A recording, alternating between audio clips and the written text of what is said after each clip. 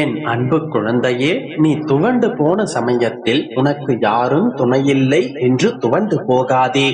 உனக்கு துணையாக எப்போதும் எங்கேயும் ஏதோ ஒரு வடிவில் நான் உன்னுடன் தான் இருக்கின்றேன். இன்று உன்னுடைய வாழ்க்கையில் நடந்த அனைத்தும் என்னுடைய இஷ்டத்தை போலவே நடந்தது. நீ ஒன்றும் கவலைப்படாதே, எல்லாம் நன்மைக்கே. அளவு கடந்த கஷ்டத்தை அனுபவிக்கிறாய் என்று கலங்காதே.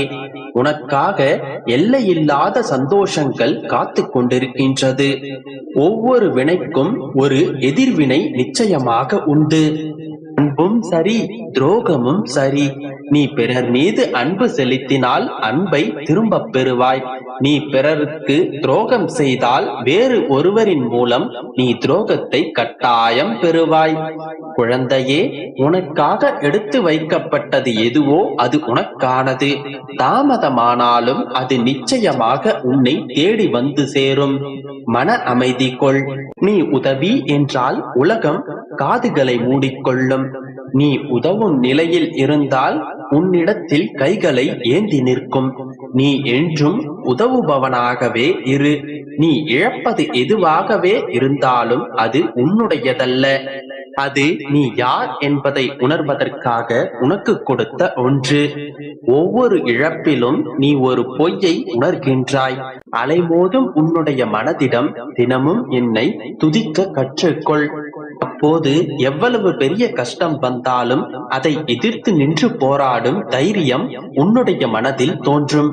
வாழ்க்கையில் சிலவற்றை கடந்துவிடு, சிலவற்றை மறந்துவிடு. தர்மம் வெல்லும், கலங்காதே.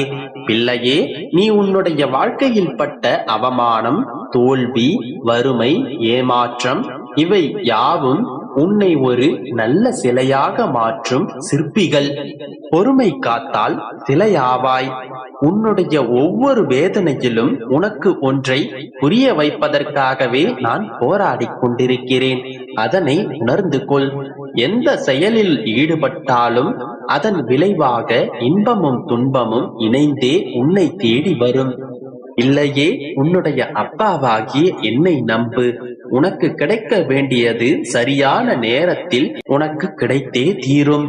என்னை மனம் உருகி வேண்டுபவர்களின் வேண்டுதல்கள் என்றும் வீணாவதில்லை. உன்னுடைய வேண்டுதல்கள் அனைத்தையும் நிச்சயம் நான் நிறைவேற்றி தருவேன். நிம்மதியையும் ஆறுதலையும் வெளியில் தேடாதே. அதை நான் உனக்குள்ளேயே தான் வைத்திருக்கிறேன். இனி வரும் காலங்களில் நானும் உன்னுடைய கரங்களை பிடித்து வழிநடத்தி செல்வேன். உன்னை நான் என்றுமே கைவிட மாட்டேன். நீ புண்ணிய ஆத்மா. என்னுடைய வார்த்தைகளை நீ இப்போது கேட்டுக்கொண்டிருந்தால் கூடிய விரைவில் உன்னுடைய வேண்டுதல்கள் அனைத்தும் நிறைவேறிவிடும். கலங்காமல் இரு என் தங்கமே, நல்லதே நடக்கும். குழந்தையே, நாம் வாழும் வாழ்க்கையில் சோகங்களும் துக்கங்களும் வாழ்க்கை என்கின்ற வண்டியை ஓட்டுகின்ற இரு சக்கரங்களாகும். அதே போல நம்பிக்கையும் பொறுமையும் பக்தி என்கின்ற தேரை இயக்குகின்ற இரு சக்கரங்களாக இருக்கின்றன. எந்த ஒரு மனிதனும் சுகத்தையே காண்பதும் இல்லை, எந்த ஒரு மனிதனுமே துக்கத்திலேயே வீழ்வதும் இல்லை. அவரவர்கள் செய்த கர்ம வினைகள் தான் அவரவர் வாழ்க்கையில் சந்திக்கின்ற எல்லா விதமான சுகங்களுக்கும் துக்கங்களுக்கும் காரணமாக இருக்கின்றது. கர்ம வினை எதுவோ அதுவே இங்கு பலனாக மாறுகின்றது. இந்த கர்ம வினையிலிருந்து தப்பிக்க முடியாதா என்று கேட்டால் கர்மாக்களை அனுபவித்துதான் ஆக வேண்டும். ஆனால் அந்த கர்மாவின் சுமைகளை நம்மால் குறைத்துக் கொள்ள முடியும். தெய்வ அருள் பெற்ற என்னுடைய பிள்ளையால் கர்ம வினைகளில் இருந்து தப்பித்துக் கொள்ளவும் முடியும்.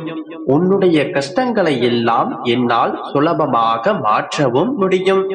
பிரச்சனைகள் மனதை அழுத்தும் நேரத்தில் தடுமாற்றமே இல்லாமல் என்னுடைய நாமத்தை சொல்லி ஆராதிப்பவர்களை நான் என்றுமே கைவிட மாட்டேன். இவர்களுக்கு நான் என்னுடைய ஆசீர்வாதங்களையும் கருணையும் பொழிந்து அவர்களை நான் காப்பாற்றி விடுகின்றேன். தெய்வ அருளை பெற்றவர்களுக்கு மட்டுமே எனதிந்த வாக்கு சென்றடையும். கர்மாக்களிலிருந்து தப்பித்துக் கொள்ள வழியும் காண்பிக்கப்படும். அதனால் தான் கூறுகிறேன், என்னுடைய சத்திய வாக்கை தினம் தினம் கேட்கும் அருளை பெற்ற நீ என்னுடைய அருளை பெற்ற தெய்வ பிள்ளை. எனவே நீ வருந்தி அழுவதற்கு ஒன்றும் இல்லை. எந்த கவலையையும் மனதில் ஏற்றிக்கொள்ளாமல் உன்னுடைய கடமைகளை நீ செம்மையாக செய்து வா. என் மீது பக்தியை செலுத்திவிட்டு உன்னுடைய முன்னேற்ற வாழ்க்கையில் நீ தொடர்ந்து பயணித்து வா. உன்னுடைய மனதை மட்டும் என்னிடத்தில் லயமாக்கு.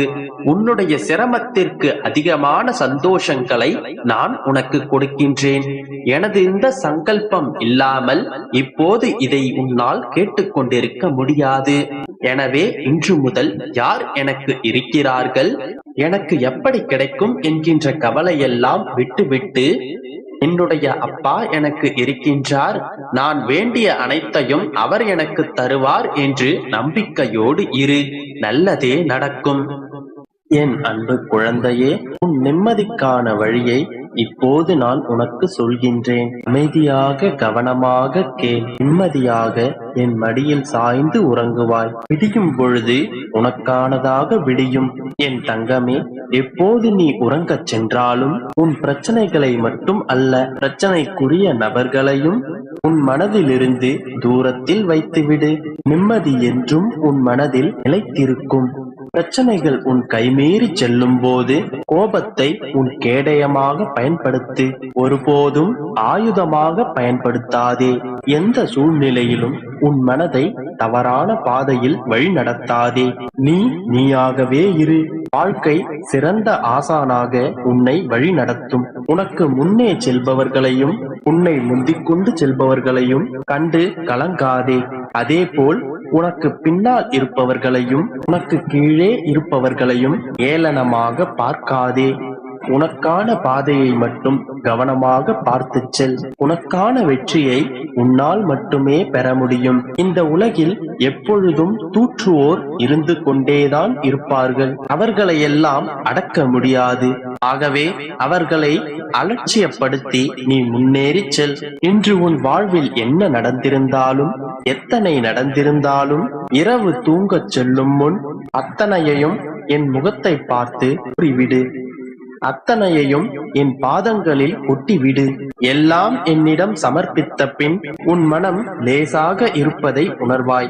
மனதிலுள்ள பாரங்களை எல்லாம் என்மேல் சுமத்திவிட்டு லேசான மனதுடன் நிம்மதியாக உறங்கச் செல். இன்று மட்டுமல்ல, இனி ஒவ்வொரு இரவும் என் மடி மீது தலை வைத்தே உறங்கச் செல். உன் பிரச்சனைகளை எல்லாம் வாங்கிக் கொண்டு உன்னை அரவணைத்து என் மடியில் உறங்கச் செய்வேன். இதை தினமும் கடைபிடி. நிம்மதியான உறக்கம் கூட உன் வாழ்வில் முதற்படி. பிரச்சனைகளை பற்றி யோசிக்காமல், உன் மனதை போட்டு குழப்பிக் கொள்ளாமல், எல்லாம் என் அப்பா பார்த்துக் கொள்வார் என்று என்னிடம் விட்டுவிடு. ஆம், அனைத்தையும் நான் பார்த்துக் கொள்கின்றேன். நீ சின்னஞ்சிறு பிள்ளை போல என் மடியில் தலை வைத்து நிம்மதியாக உறங்கு. விடியும் இவ்விடிய